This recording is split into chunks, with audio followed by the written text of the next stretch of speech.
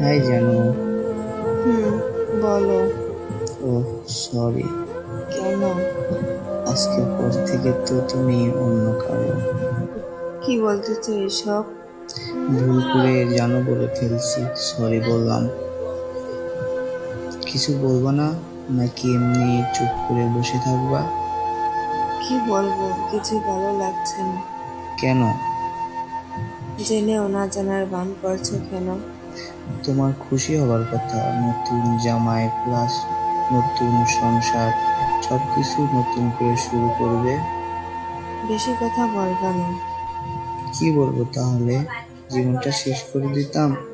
আত্মহত্যা মহাপাপ বলে কিছু করতে পারি না। কি বলতেছো এগুলা? দেখো, আমার থেকে অনেক ভালো কাউকে পাবা।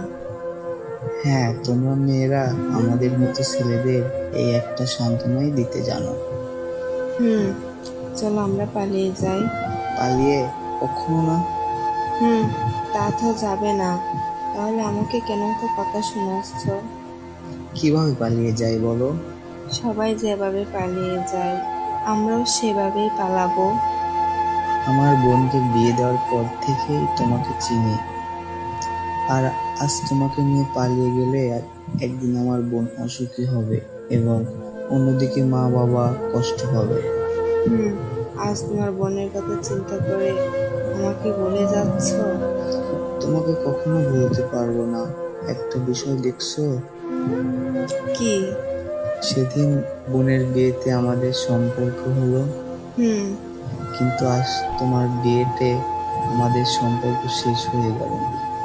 চুপ, বেশি কথা বলিস না। জানি আমি তোমার বিয়ের সময় কাছে থাকতে পারবো না, তাই আমি আসিনি। প্লিজ, আশা, তোমাকে দেখতে অনেক ইচ্ছে করছে। আমি আসবো না, আমি আসলে নিজেকে কন্ট্রোল করতে পারবো না। প্লিজ, একবার আসো। বিয়ান থেকে ভালোবাসার মানুষ, ভালোবাসার মানুষ থেকে আজ আবারও বিয়ান। হুম, সত্যি কথা বলতে কি জানো, আমি প্রত্যেকটা নিঃশ্বাসে তোমাকে চাই। আমাদের আর কিছু করবার নেই, সবই আল্লাহর ইচ্ছে। শুনো, বলো। লাস্ট একবার আই লাভ ইউ বলবা? I love you. I love you too. Miss you. ভালো থেকো। আল্লাহ হাফেজ। ও, কিছু কথা ছিল। ওই, কিছু বলবা না? প্লিজ কথা বলো, প্লিজ।